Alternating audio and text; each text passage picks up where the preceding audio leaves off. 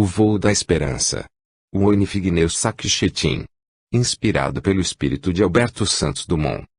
Prefácio. Na madrugada chuvosa, vejo chamas no aeroporto, em plena São Paulo, a terra do coração, que me deu os meios para construir Brasília. Eu choro. Chorando, orei pelo Brasil e por aqueles dirigentes que desviam nossa pátria do caminho da dignidade. Que Deus tenha misericórdia deles. Porém peço que lhes aplique, com todo rigor, sua justiça, para que os maus brasileiros aprendam que a pátria é instituição sagrada, merecedora de muito mais do que o nosso respeito, exige veneração dos seus filhos. Minha carinhosa saudação às vítimas e aos familiares, neste acontecimento que nos enche o coração de amargura e tristeza. Quero abraçá-los com todo o respeito e profundo afeto patriótico. Nunca me esqueci, todos nós, brasileiros, estamos ligados, pelos laços do afeto, a este país magnífico que haveremos de construir esplêndido, para brilhar na sua grandeza, iluminando os caminhos da civilização humana. Juscelino Kubitschek de Oliveira. 1. Cicatrizes na história. Nos paredões do caminho estreito que levava a Aquitânia, ecoava o ruído das patas dos cavalos nas pedras, marcando a passagem da tropa montada por soldados gauleses a serviço de Roma. Aproveitavam o claro da lua cheia, que se destacava no céu da Gália Cisalpina feito romântico foco luminoso. O sol amava aquela região da Europa. A estrela mãe da terra, mesmo à noite, naquele verão quente, queria iluminá-la através do reflexo da lua. Estávamos no ano 58 a.C. A Gália era cheia de vida, de povo ardente, de mulheres apaixonadas e gênio caloroso, que se expressavam nas danças insinuantes de trejeitos temperados de malícia.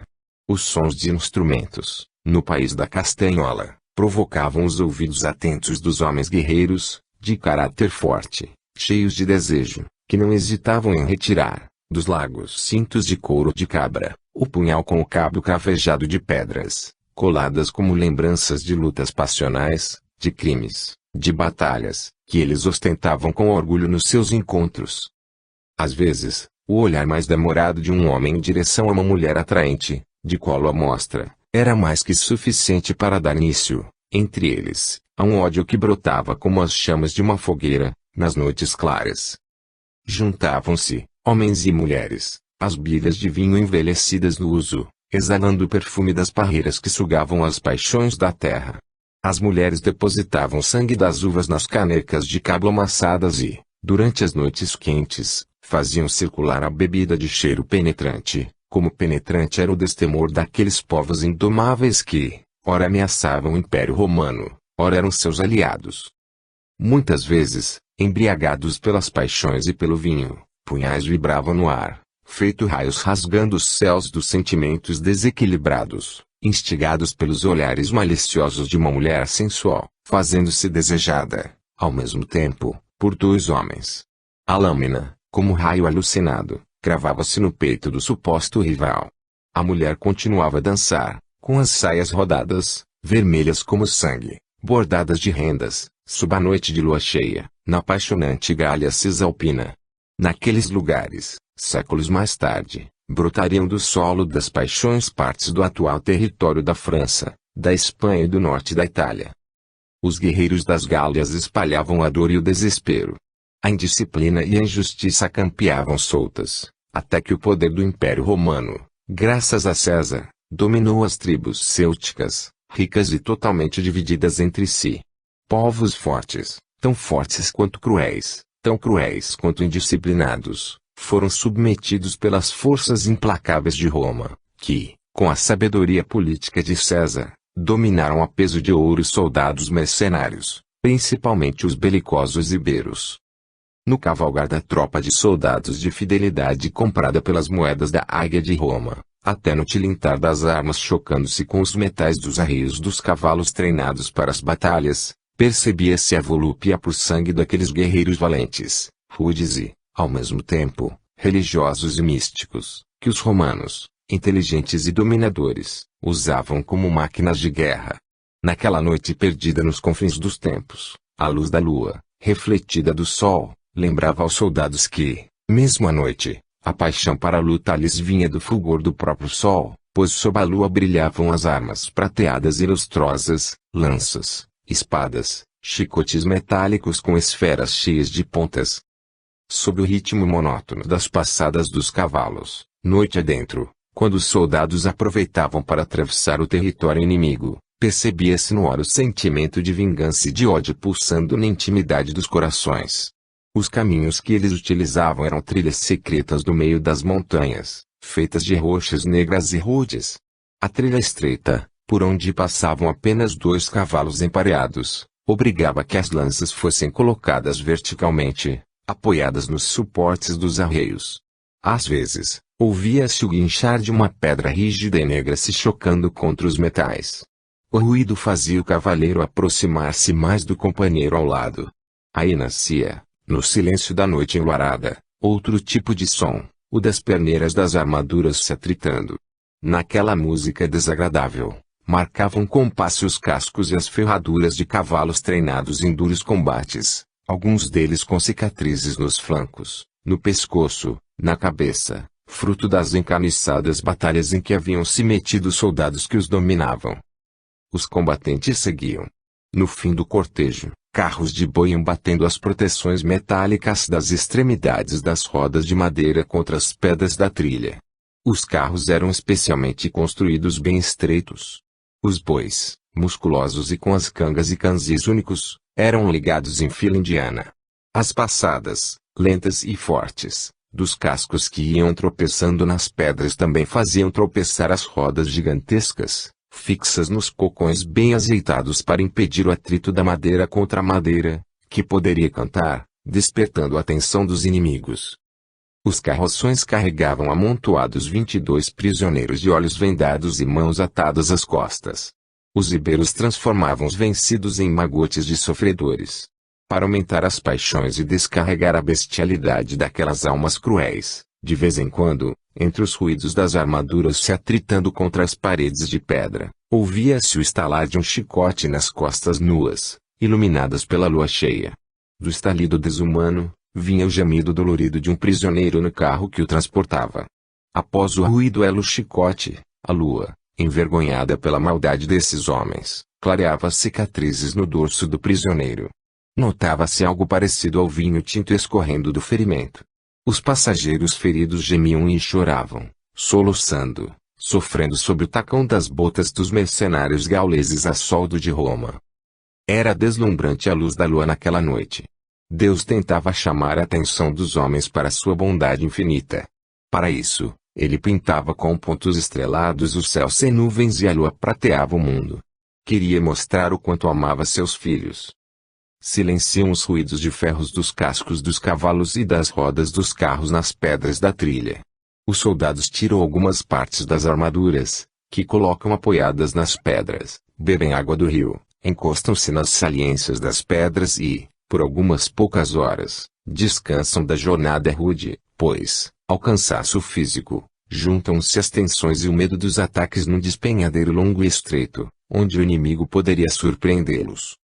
A luz da noite clareia, não apenas os ferros ou as rodas pesadas e as armaduras, agora ilumina também as águas claras descendo das montanhas para o vale lá embaixo. O caudal, similar à imensa serpente de prata corcoveando entre as rochas, contornando barrancos de pedras negras, rapidamente mergulha suas águas no leito que se estreita e se apressa.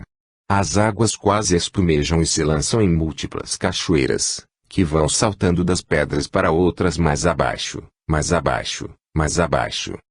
O céu começa a se manchar de listras vermelhas no manto escuro que a natureza vestiu à terra. Amanhece. Uma alma bondosa entre os soldados se lembra dos 22 prisioneiros, toma uma caneca de metal bastante amassada e, aproveitando a pouca luz, vai tropeçando nas pedras para distribuir água entre eles, colocando-lhes nos lábios, secos e feridos, o líquido precioso. Eles bebem sofregamente e agradecem, a cada gole barulhento, conforme a água da caneca desce às gargantas ressecadas de cada um. Um soldado truculento, vendo os gestos de compaixão do companheiro de batalha, ri sarcástico. Noloim, para que encharcá-los de água, se logo mais serão ressecados pelas chamas onde os atirarei. O soldado, mercenário, mas digno, Profissional de guerra, baixe a cabeça. Não se esqueça de que a compaixão pelos vencidos é sinal de grandeza do soldado. A um canto, um magote de guerreiros pede ao comandante Lucius: Senhor, logo mais estaremos em batalha. A viagem secreta foi abençoada pela nossa inteligência. Estamos perto da cidade inimiga. Fizemos prisioneiros na calada da noite, vencemos os guardas nas entradas estratégicas, passamos sem ser vistos pelas colunas inimigas e estamos aqui, bem perto das concheiras dos fogosos cavalos treinados pelo inimigo. Há várias carruagens de batalha, conforme verificaram 2 rastreadores que galoparam na frente do nosso batalhão. Vejo lá embaixo os troféus, que são como pedaços saborosos de carne para nós, os leões. Assim, para vencermos, diz um dos soldados, representando o grupo, sugiro que matemos todos os prisioneiros, livrando nossos carros do peso, para levarmos mais troféus de guerra. O comandante, espírito rígido, mas justo, possuía tal capacidade de liderança que os seus soldados eram imbatíveis. Algumas dezenas deles haviam conseguido desarticular e vencer exércitos em cruentas batalhas, graças aos seus conhecimentos de estratégia. Sua principal qualidade, porém, era a compaixão pelos vencidos. Sabia que, para conviver com lobos e leões, é necessário muitas vezes jogar-lhes pedaços de carne para saciar-lhes os apetites cruéis. Argumentou, então, que poderiam deixar os prisioneiros de mãos amarradas nas vilas atacadas, ou mesmo soltos até, para ajudar nos saques. Propôs uma votação entre os graduados do batalhão. Sua proposta foi derrotada. Pobres prisioneiros, pensa em Lucius. O sol ainda não havia surgido. 10 homens truculentos pegaram a corda que amarrava a longa fila de prisioneiros e arrastaram-nos violentamente. De olhos vendados, alguns caíam, gemendo, ferindo-se, outros choravam. Depois, foram amontoados em uma depressão do terreno. Algumas tochas embebidas num líquido negro e mal cheiroso fizeram arder as costas, as cabeleiras e os farrapos que vestiam, encharcados com óleo. Os infelizes começaram a gemer alto. Tentando evitar que a cidade fosse alertada pelos gritos e gemidos, a soldadesca enlouquecida perfurava-lhes o pescoço, a face, o tórax com golpes de lança. De repente, alguém grita: soltem a corda. E muito preciosa para ser queimada com esses porcos. Ela servirá para carregarmos nossas posses, que se encontram na vila lá embaixo. Os prisioneiros, trespassados pelas lanças assassinas, ardiam amontoados na fogueira humana. O comandante deu ordem para colocarem as armaduras, montar. Aquele ruído de mais de 100 soldados montando, vestidos com armaduras, espadas e lanças, prontos para o ataque, amedrontaria quem ouvisse. De repente, o barulho se amplia como uma avalanche descendo a montanha. Imediatamente cercaram a cidadezinha, que era um entreposto de armas, veículos de guerra, cavalos e alimentos. A cidadela estava quase desguarnecida de soldados, que haviam se deslocado para as fronteiras da região, esperando o ataque. O plano do inteligente comandante de atravessar pelos despenhadeiros de pedra colocou-lhe nas mãos importante entreposto sem qualquer defesa. Armas, animais, mulheres e crianças estavam disponíveis. Os poucos homens que lá estavam, os velhos, os doentes e os feridos, foram impiedosamente trucidados. Mulheres choravam, crianças corriam, fugindo sem saber para onde. Os cavalos foram atrelados, os carros carregados com armas, lanças, espadas e armaduras. Muitos soldados, imediatamente, largavam as armaduras velhas e colocavam, sobre o corpo, as novas, perfeitas. Muitos cavalos do batalhão foram ali substituídos por corcéis novos, preparados para carregar cargas. Um cavalo, cego de um olho ferido por lança inimiga, foi substituído por um mais novo, que estava nas cocheiras.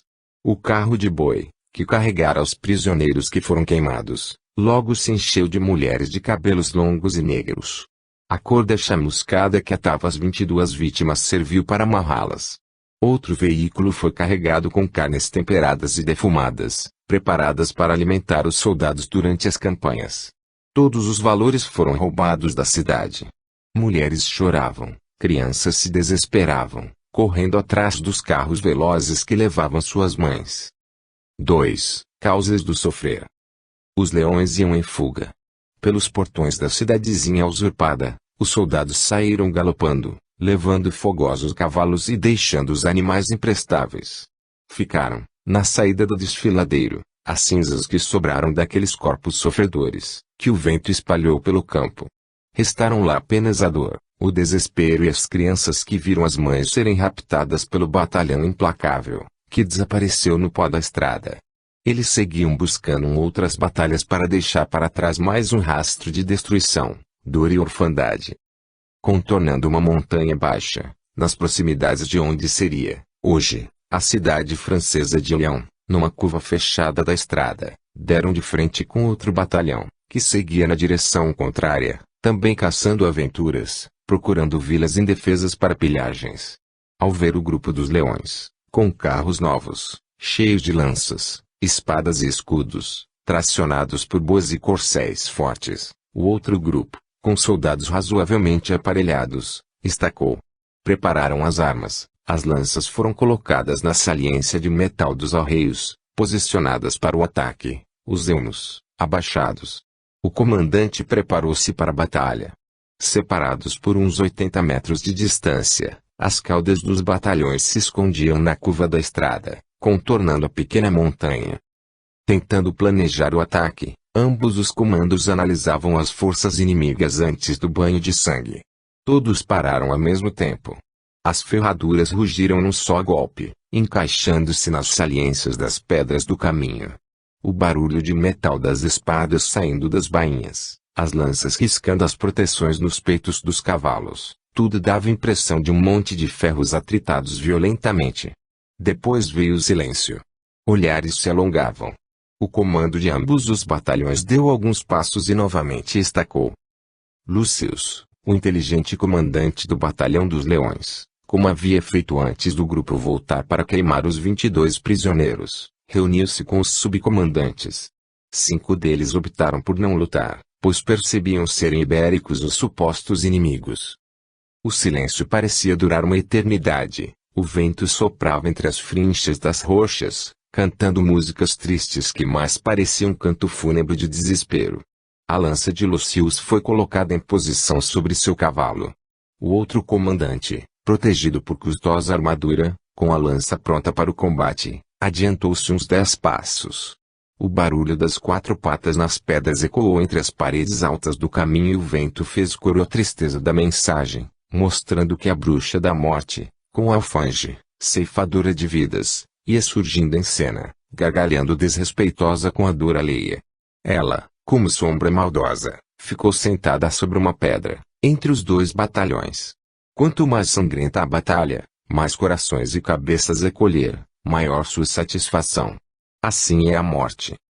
Lucius também se adiantou uns 10 passos, virou-se para os 5 experientes subcomandantes e perguntou, num idioma antigo: lutar ou negociar?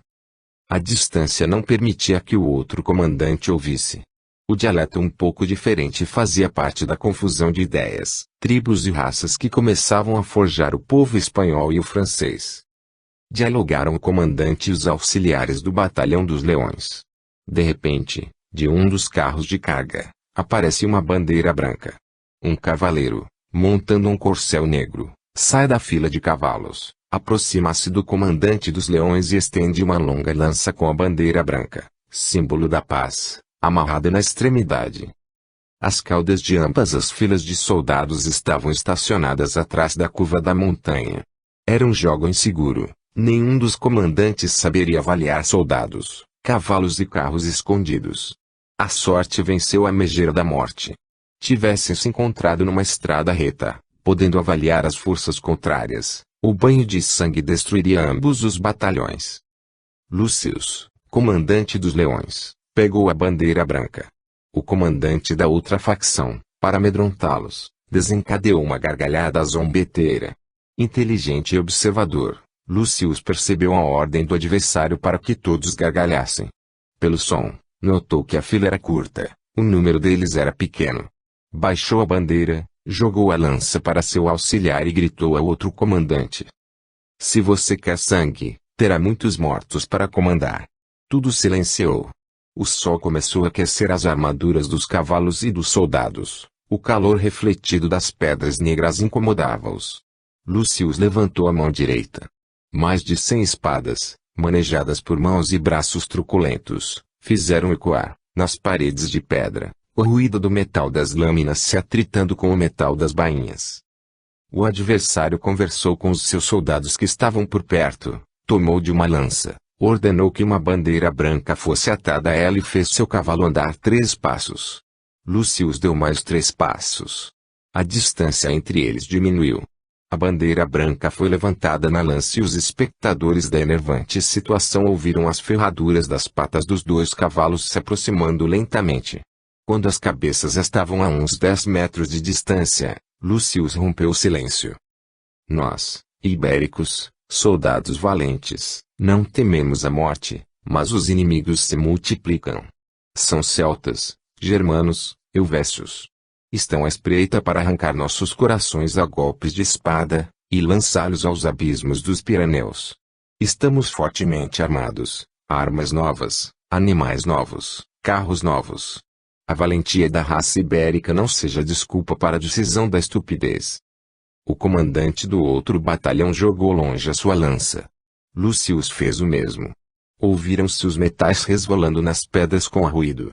Todos os soldados comemoraram aos gritos. Lucius retirou a luva de metal que protegia sua mão e levantou os braços. Estamos a soldo dos romanos e tenho autoridade para contratá-los nas mesmas condições de meu batalhão. Acauno, sem saber da pilhagem, concluiu tratar-se de um grupo bem pago. Aproximaram-se os carros repletos de armaduras.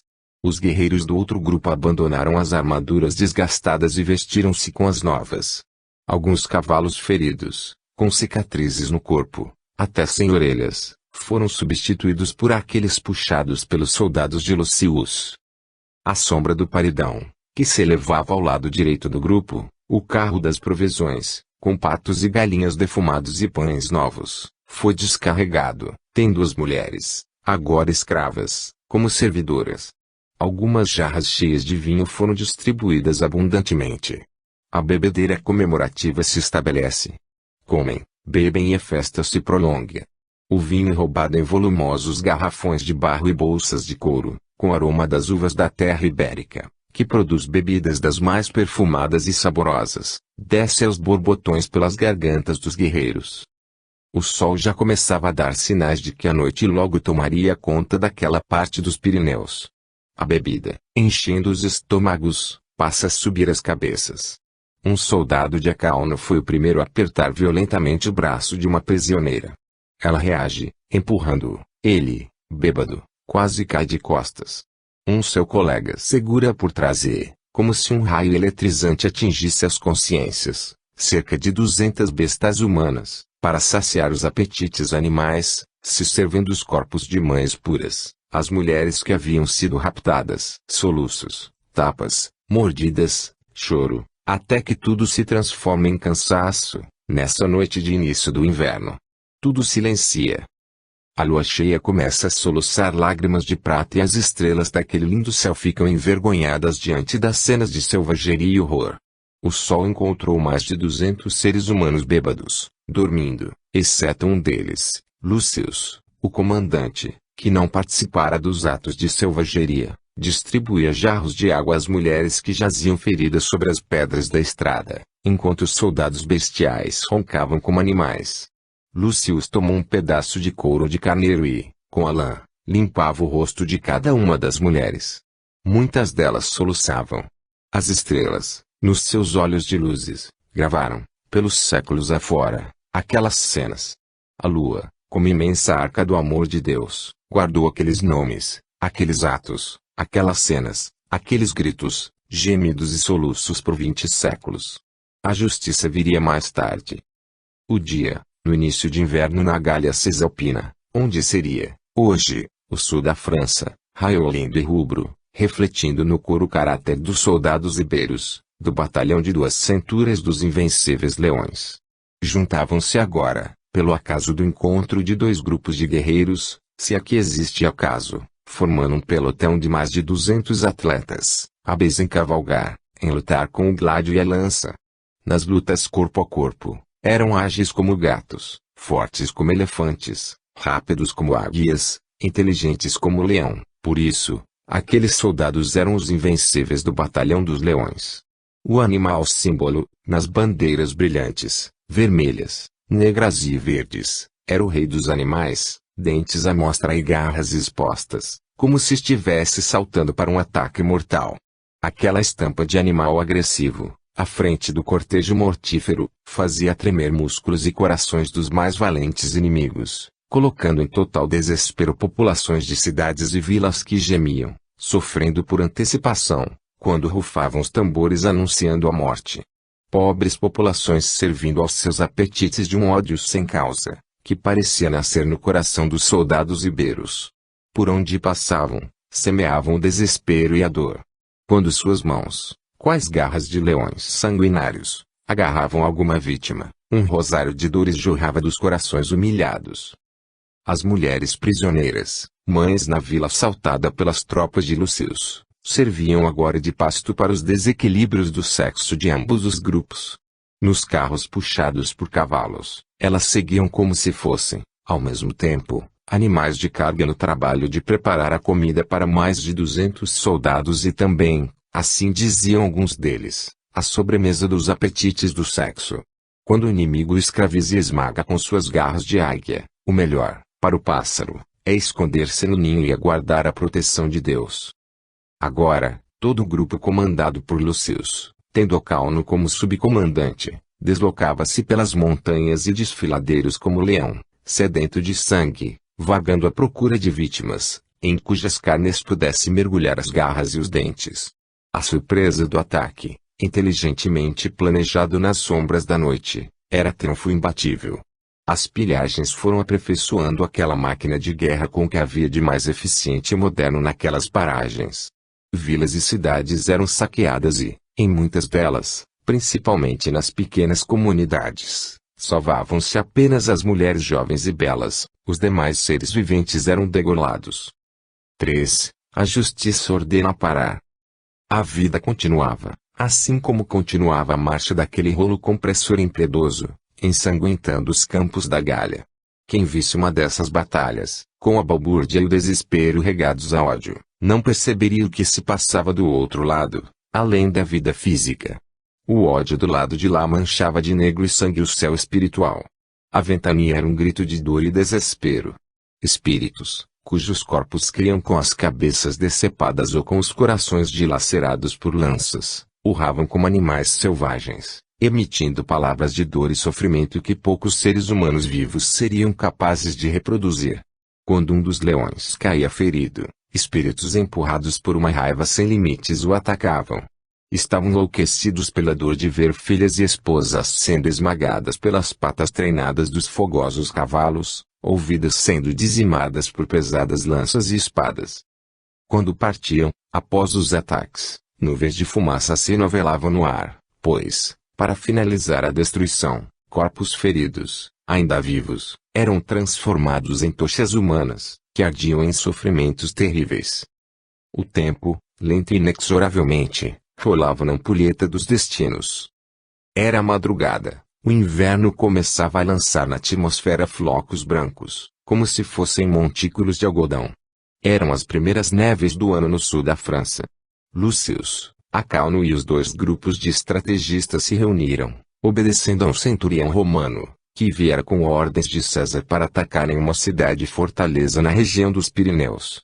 Ele trazia moedas de ouro que dobravam o soldo prometido, em razão do risco de se lutar nas montanhas no inverno. Aproveitariam a surpresa e o relaxamento da guarda. O leão ataca quando a presa não espera. A madrugada começava a pintar o horizonte de vermelho. Uma outra mulher acendia os fogões rústicos alimentados por lenha, cortada pelos lenhadores nos bosques, ao redor da cidade. A fumaça saía das chaminés, entrecruzando os fumos negros com os flocos brancos da neve do início de inverno. Uma mulher desce as escadas de madeira tosca, carregando uma lata de leite de cabra, trazida do estábulo ao lado da casa. Viu, contrastando com as pedras negras da montanha e o fundo branco da neve, que começavam a pintar os contrafortes, tremular algo, e conseguiu divisar as cores negra, vermelho e verde que se aproximavam. O coração parecia sair-lhe pela boca, quando, sob a luz fraca que se atrevia a varar as sombras da noite que se afastava, distinguiu a figura de um leão. Perdeu a voz, petrificada, sem conseguir correr, nem gritar. A soldadesca da cidade, confiando no início do inverno, dormia sobre montes de feno do celeiro, com as lanças, armaduras e espadas deixadas em repouso em outras construções distantes. Os comandantes Lucius e Acauno, a um estalo de chicote como combinado, ordenam que os tambores comecem a rufar, enquanto o barulho das ferraduras dos cavalos invade a cidade com uma violência atroz. Muitas vezes, a surpresa faz mais poderoso o atacante. Não se sabia de onde tochas surgiam, de cima dos cavalos eles lançavam o fogo. As casas de madeira, ainda ressecadas pelos ventos do outono, começaram a arder. Os soldados jogavam tochas às dezenas também sobre o feno seco do celeiro, onde dormiam os defensores da cidade. Rapidamente, trancaram janelas, portas e portões pelo lado de fora. A soldadesca foi sufocada e queimada viva.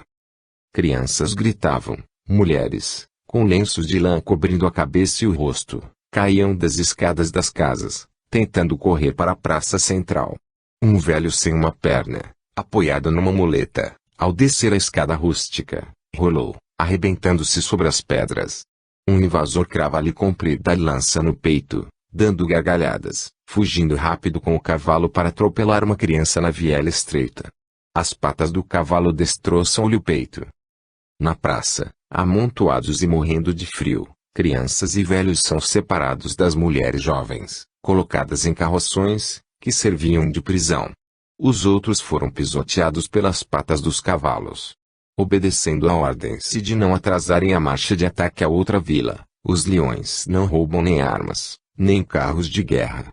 O plano era dizimar rapidamente os soldados defensores da cidade. Saem da vila, enquanto negros véus e fumaça tapam o sol, que parecia envergonhado ao ver tanto ódio. Do outro lado, no mundo espiritual, os espíritos recém-desencarnados não entendiam o que se passava, estavam surpresos e chocados. Depois de 2 quilômetros, o batalhão para, esperando os que ficaram para trás. Viam a fumaça negra subindo, raivosa e injusta. Havia ainda um ataque planejado, mais ou menos a 20 quilômetros, onde pretendiam chegar no início da noite. Seguem por um desfiladeiro que desembocava na cidade onde hoje se encontra Toulouse, outro local defensor da região ocupada pelos gauleses. Eles seguem por trilhas à beira de abismos, galopando quando possível, caminhando lentamente na maioria das vezes. Chegam à beira de um afluente do rio Lot, que despencava das alturas das montanhas. Junto às águas cristalinas, apeam dos animais e matam a sede. Depois de um breve descanso, Lucius olha as águas caindo de mais de 80 metros de altura, e ordena: leões invencíveis, montar. O barulho de botas nos estribos, de espadas e lanças tilintando ferro contra ferro, ecoa nas paredes altas. Mesmo arriscando a vida, ordeno que, daqui em diante, o trote e o galope sejam a velocidade usada. Os carros com as prisioneiras e os alimentos irão mais devagar, enquanto os guias adiantados verificam o caminho. Os leões invencíveis seguem, margeando a água que desaba velozmente. Lucius na frente, a bandeira enrolada e guardada na sela. Logo adiante, a margem do rio era inclinada para as águas, dificultando muito a marcha. O comandante diminui a velocidade da tropa, levanta a mão e grita. A neve começou violenta. Precisamos sair daqui rapidamente. De repente, os animais começam a resvalar. Cavalos e cavaleiros vão escorregando nas pedras cobertas de neve. Carros e armamentos, armaduras, alimentos e prisioneiras vão deslizando, e são lançados no rio encachoeirado. Tudo é arrastado pelo rio em poucos minutos. A violência das águas, batendo loucas contra as pedras pontiagudas do leito e das margens, leva de roldão toda a caravana. A máquina de guerra se destroça. Braços e pernas tentam se segurar nas pontas das pedras salientes. Cavalos e homens são fragmentados rapidamente. Só restou, na margem, enroscado na ponta de uma pedra, um pedaço do capote de Lucius. A Senhora Morte, Com seu alfange misterioso, colhia mais de 200 seres humanos, cavalos e bois. Do outro lado da vida, continuava uma batalha diferente, semeada de ódio e urros.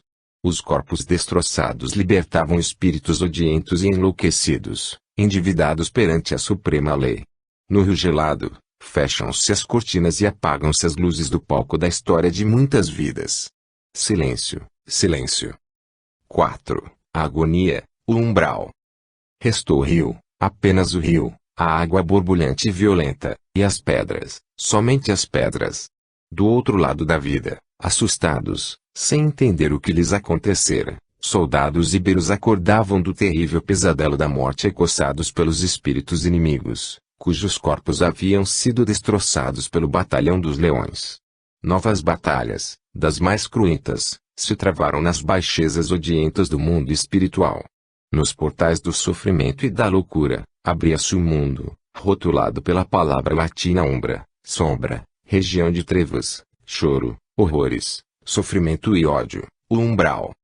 Agora, os leões chegavam em total desvantagem, atacados pelos espíritos inimigos, cujos corpos eles haviam desrespeitado, trucidado e queimado.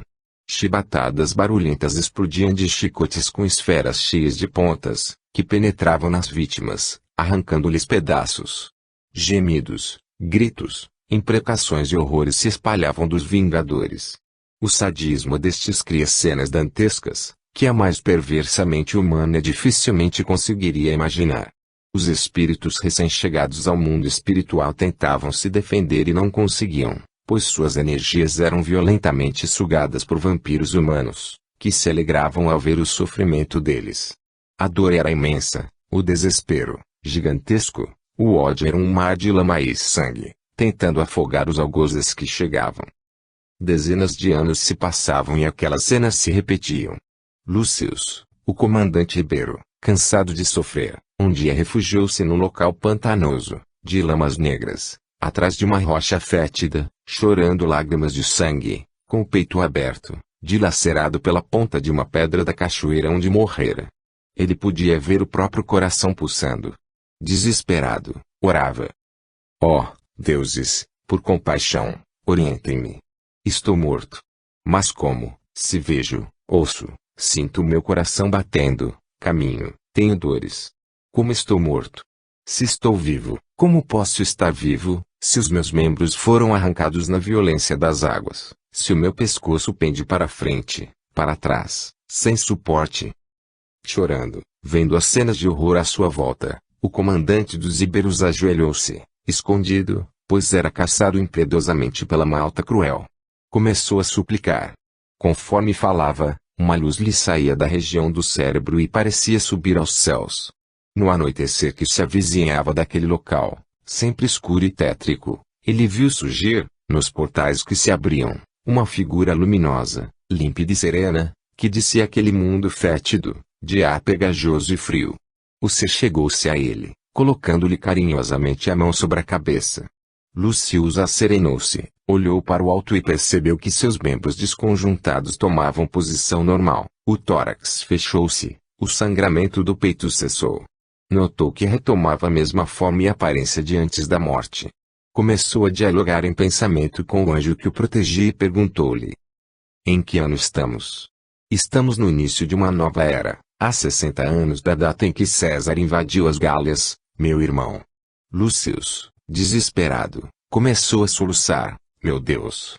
Faz, então, 58 anos que estamos nesta batalha encarniçada, neste lugar horroroso. Em pensamento, o diálogo continuou. Lúcius chamava de mestre protetor angelical, que retrucou: mestre, para nós, é aquela luz em forma de criança que nasceu na Palestina, numa manjedoura. Mestre é o Messias, cujo nascimento confirma as Escrituras. Todas as legiões romanas estão aquarteladas. A paz reina na terra desde 3 anos antes do sublime nascimento. Sua divina presença espiritual tomou a amplitude de um trovão poderoso ordenando: parem, soldados germanos, íberos, celtas e gauleses. A força de meu amor os obriga a parar. E a paz desceu sobre a terra. Lúcius chorava, enquanto o espírito falava. Parecia que aquele pedaço de umbral ligava-se a luzes que invadiam todo o planeta, vindas da manjedoura do Oriente. Lucius se emocionava, tocado por aquele sentimento que poucos homens, principalmente os guerreiros das Gálias, eram capazes de sentir, o amor. Tocados, também, pela luz que atingia aquele local, os comandantes das tropas pararam, meditando sobre seus atos passados. Sons divinos ecoavam, como se os mensageiros, que enchem as paragens celestiais, tocassem melodias pelas escadas do infinito. De repente, ouve-se a voz do amor maternal. Um silêncio suave domina a paisagem do imenso campo de batalha, onde a dor, o ódio e o desespero rugiam de ambos os lados. O amor se faz presente. Silêncio, silêncio, silêncio. Surge, anunciado pelo primeiro mensageiro, um ser brilhante, linda mulher jovem, cabeleira longa, iluminada, rosto enfeitado por olhos azuis, pele rosada, mãos que se abriam abençoando os sofredores em luta, enquanto dos dedos lhe saíam focos de luz clareando a escuridão. Ela começou a falar. Sua voz parecia espalhar o sol naquele lugar de sofrimento. Era o canto de um rouxinol entoando canção de amor que, por um milagre de Deus, penetrava todas as cavernas, e ao fundo das rochas negras, despenhadeiros e vales. Conforme a luz clareava, apareciam das sombras escuras os homens, cujo ódio os fazia sofrer. Aquela região recebia a visita de sublime entidade espiritual. A voz meiga, como o canto dos pássaros divinos, expressou-se. Vocês, que usaram a dádiva do corpo para destruir seus irmãos, recebem agora a mensagem do perdoar indefinidamente. Soldados fortes, comandantes impiedosos, umedeceram os campos de batalha com o sangue e com as lágrimas dos semelhantes. Chegou a hora do perdão. Após esse episódio, aqueles espíritos começaram a renascer, a grande maioria na Europa, em corpos aleijados, com marcas da terrível doença na pele, consequência das profundas queimaduras que causaram nos corpos das suas vítimas. Por isso, a lepra, vinda das sombras da alma, se espalhou no antigo batalhão dos leões renascido. Sob a proteção da mesma sublime entidade, a visitá-los durante muitos anos, estivessem nas Gálias, no norte da Itália, ou nos vales dos imundos, na Palestina, o influxo do seu amor animava-os a vencerem as próprias provações. Algumas mulheres, antigas prisioneiras, imitando a maldade dos homens nos campos de batalha, também contraíram pesadas dívidas perante a lei. Elas, que ajudaram a queimar os inimigos, também renasciam com a terrível doença na pele, abandonadas junto aos comparsas da dor nos vales do sofrimento. A justiça de Deus espalhou-os por locais onde compromissos ainda não resgatados exigiam-lhes a presença. A justiça é o outro nome do amor que canta em cada ponto do universo. Depois de queimar homens e mulheres, reaprenderiam com a lepra, nas regiões da Itália, da Bélgica e da França, a justiça de Deus. Na Gália Cispadana, nas vizinhanças do Rio Pó, grupos de leprosos eram repelidos pelo chicote quando tentavam beber de suas águas. Do grupo de 18 que perambulavam juntos por aquela região, muitos morreram de sede. Eram os chefes do batalhão dos leões. Quase um século antes, no celeiro incendiado onde foram trancadas sob os escombros, as vítimas do batalhão morreram à míngua, gemendo de fome e sede. As bocas e as gargantas ressecadas sangravam, tentando gritar por socorro, e ali pereceram na tortura cruel. Para que alcançassem a consciência dos erros cometidos e o posterior perdão aos próprios desacertos, a justiça divina encontrou os artífices daquele sofrimento, quase um século depois, com as bocas sangrando, as gargantas cheias de úlceras, vendo as águas do rio Pó, onde eram impedidos, pelos chicotes do preconceito, de beber daquelas águas e ali morriam sem compaixão. A sabedoria divina, que é a bondade somada à justiça, ensinava-lhes, na melodia do estalar do chicote, as lições para a eternidade. Aprenderiam o valor da compaixão para enfeitar-lhes a alma em aperfeiçoamento. Para bem entendermos os mecanismos da justiça, voltemos a Gália, 50 anos antes de Cristo. Naquela região, graças à disciplina imposta pelos romanos, principalmente por Júlio César, vilarejos, vilas e cidades começaram a ser fundados. Batizadas pelos romanos com nomes latinos, Nasciam cidades que seriam verdadeiras joias da civilização humana: Lyon, Bordeaux, Toulouse e Paris. Outros membros do grupo devedor renasceram junto à estrada militar, ligando o sul ao norte da Gália. A estrada se destinava a impedir que os helvécios tomassem territórios controlados por Roma. Todas as Gálias, Cisalpina, Transalpina, Transpadana e Cispadana, assim como os celtas, germânicos, helvécios e os bretões, do outro lado do Canal da Mancha, eram um vulcão de convulsões raciais e militares. Júlio César, que dominou aquele povo rebelde, foi o Napoleão Bonaparte do período clássico. Napoleão, também como César, teve a missão de unir vários países da Europa moderna e falhou. Os romanos, com violência, com suas 6 legiões aquarteladas na Gália, impuseram a dura disciplina. Os gauleses, extremamente numerosos, eram muito respeitados pelos soldados de Roma, por causa de sua valentia e fibra na luta. As forças romanas vestiram fardas e armaduras em dezenas de estrangeiros mercenários, que os estrategistas da capital do império manipulavam com muita astúcia, estimulando-lhes o orgulho, a valentia e o suposto patriotismo. Os guerreiros gauleses eram lutadores ferozes. Passados alguns séculos, a história vai encontrá-los, como vítimas dos preconceitos, nos vales dos imundos. As mesmas legiões romanas, pelas quais aqueles soldados gauleses, iberos e celtas lutaram, trouxeram das terras do Oriente, durante as suas conquistas, os bacilos da lepra, que agora os vitimavam. A lei, soberanamente justa e bondosa, reeducava os soldados, utilizando-se dos seus erros e ódios nas batalhas para domá-los. Aqueles antigos gigantes dos campos de batalha achavam-se agora com as forças minadas diante dos invencíveis micróbios da lepra. É necessário que o escândalo venha, mas aí daquele por quem o escândalo vier, ensinava o mestre da manjedoura, durante os anos 29 a 33 da Era do Amor. A sabedoria divina não se esquece dos detalhes das dívidas, principalmente aquelas originadas da falta de compaixão. Ficou marcado, na consciência de cada soldado, de cada mulher, de cada comandante, o compromisso em resgatar os próprios erros. A providência divina é tão profunda e amorosa que nos permite resgatar a paz da consciência violentada pelo erro através de 2 moedas, o trabalho em nome do amor ou o sofrimento depurador. A severidade da justiça reeducou o batalhão dos leões e alguns dos seus prisioneiros, durante mais de 2000 anos. Pela gravidade dos seus erros, foram obrigados a várias reencarnações de sofrimento. Mortos na correnteza do rio, perambularam pelas regiões do umbral e renasceram, sofrendo horrores, com a pele tostada nas provações da lepra. Um dependia do outro para a conquista do progresso espiritual. Mas poucos escolheram a redenção pelo trabalho aos sofredores. A maioria ainda orgulhosa preferiu enclausurar-se na própria teimosia e ir pagando as dívidas com a dor.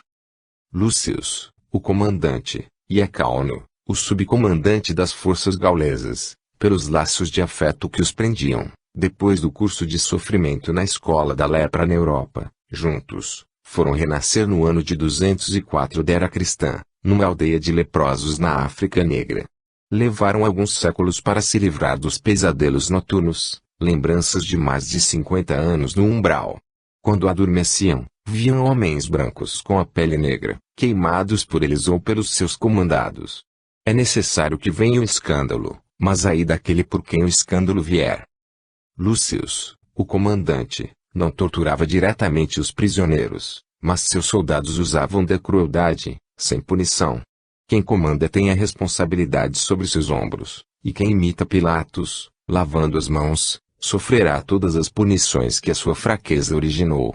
O comandante tem que resolver os problemas necessários para dominar e disciplinar os comandados, como um pai amoroso faz com a família. Os líderes não têm o perdão da justiça se não desempenharem bem as suas funções de chefe, por isso ambos sofreram torturas com a pele queimada pela lepra. Na África, auxiliavam os nativos na confecção de armas de caça e na construção de arados de madeira, que multiplicavam as colheitas.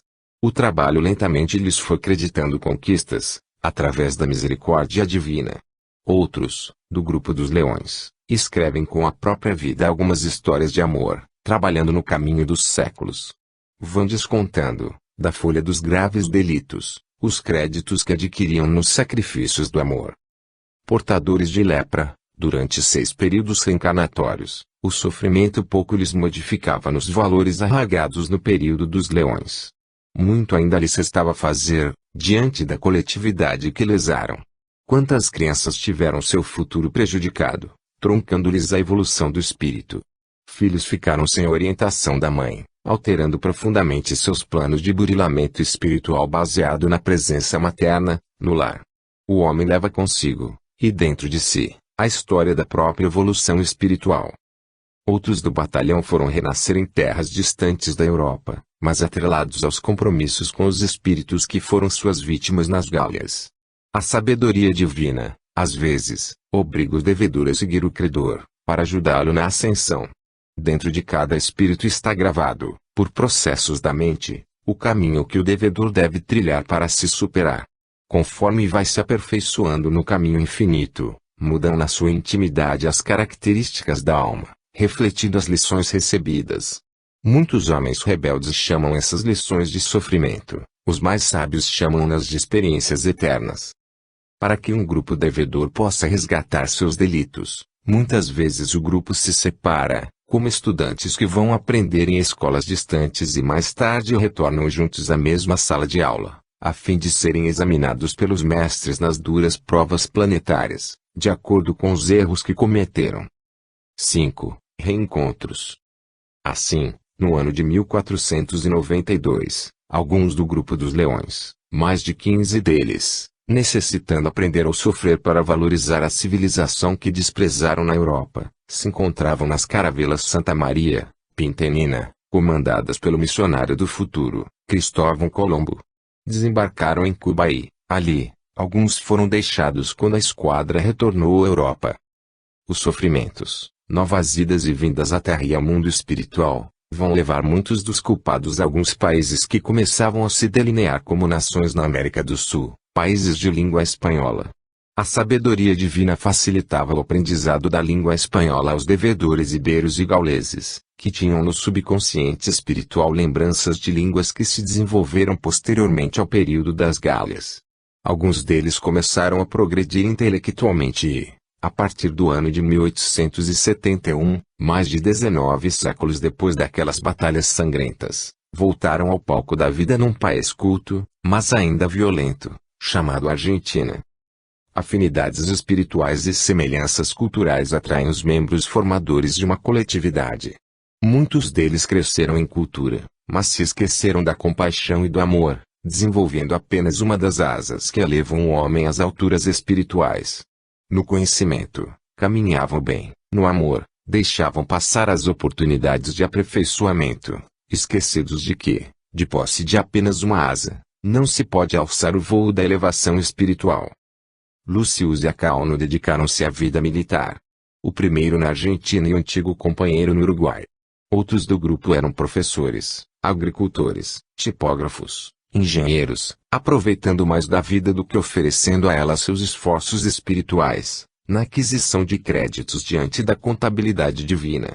Nada que os destacasse, naquelas decisões em que o homem faz a mudança do seu estado evolutivo para tomar de assalto um plano espiritual mais elevado. Os anos foram passando e, apesar dos sofrimentos redentores, parte da dívida do passado continuou guardada nos cofres da consciência. Não é apenas o sofrimento que anula o débito, é principalmente o amor que reconstrói o que foi destruído. Cabe ao que destruiu refazer o caminho para seguir com a consciência em paz. Viver por viver, os animais também vivem. Ao homem é exigido um pouco mais, que ele viva na plenitude da própria consciência para planar no voo ascensional, além e acima das imperfeições espirituais limitantes.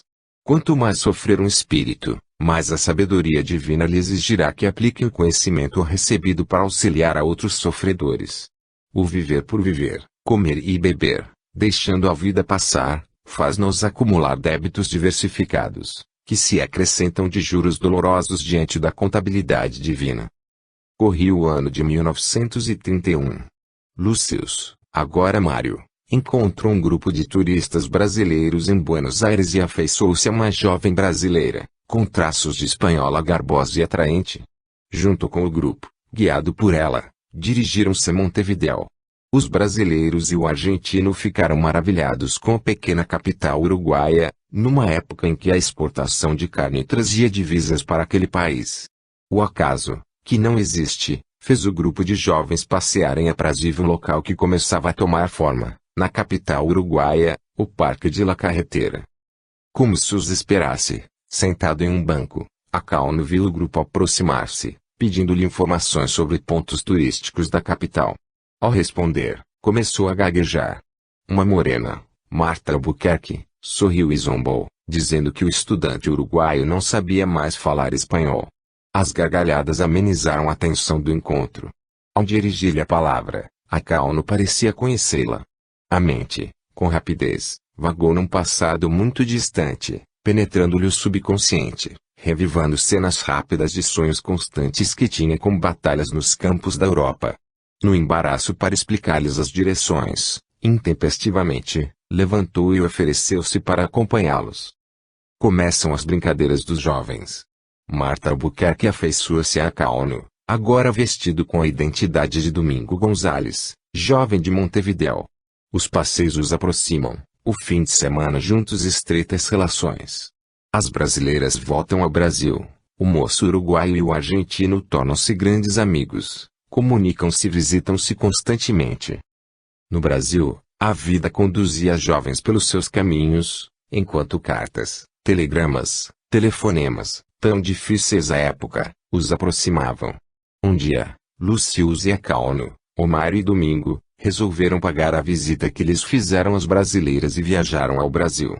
Uma série de acontecimentos ia empurrando os quatro jovens na direção de relacionamentos firmes. A sabedoria infinita, em nome do amor, ia montando o palco da vida com aqueles jovens, que se reencontraram aparentemente por acaso. Os dias foram passando e direcionando os destinos dos personagens para aprenderem a respeito da vida.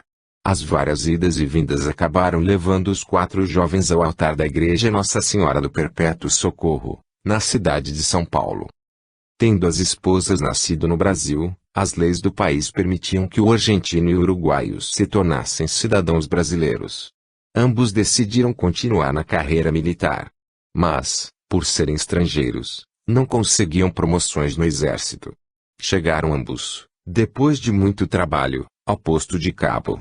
A justiça estava dando lições de humildade aos que, mais de 20 séculos atrás, comandavam sem conter avalanche de violência dentro da própria alma, saqueavam, queimavam, violentavam e raptavam mulheres mães, lançando-as no desespero.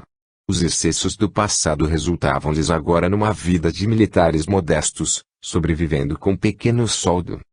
Passado o sonho romântico, que leva muitos jovens ao matrimônio, o descontentamento começou a minar a felicidade dos casais. Ao mesmo tempo, as esposas retornavam às lembranças do ódio aos maridos que estavam depositadas no subconsciente, desde épocas muito recuadas. Os personagens eram os mesmos, apesar dos corpos diferentes. Eram as mesmas mulheres, arrancadas dos filhos nas cidades invadidas. Eram os mesmos soldados que comandavam as tropas cruéis do Batalhão dos Leões, na Gália. A dívida caminha com o devedor por séculos, ensina a sabedoria, e determina que os afetos se sublimem, enquanto a esponja do perdão, de um lado, e a reconciliação com a própria consciência, de outro, reorganizam os sentimentos. Dentro de ambos os lares o descontentamento começava a criar atritos por causas sem importância, nas ocorrências diárias. As duas amigas, Marli e Marta, saíam juntas para tudo, compras, cinemas, consultas. Um dia, andando por uma das ruas do bairro, Marli sentia-se irritada, odienta mesmo. A amiga irmã, carinhosamente apoiada no seu braço, percebeu-lhe o estado de alma, quando a esposa de Mário disparou a chicotada. Marta, escondi de você, mas estou grávida. A amiga pressentiu que sombras começavam a enegrecer as telas sutis do destino. Os dias passavam monótonos. Marli relatava à companheira que aumentava a aversão ao marido, conforme progredia a gravidez, chegando ao ódio. Marta também engravidara, com diferença de 6 meses da amiga. O ódio na casa de Domingo também começava a fazer seu ninho. Certa manhã, enquanto faziam compras numa feira livre do bairro, Um jovem atlético e elegante sorriu abertamente para Marli. A futura mãe corou, olhou para Marta e a emoção dominou-lhe. Sem perceber, disse alto à amiga, é ele, e ele, quem? Retrucou Marta. Conforme o moço as ultrapassava, virou-se e, atrevidamente, beijou o rosto de Marli. Ambas pararam e Marta sentiu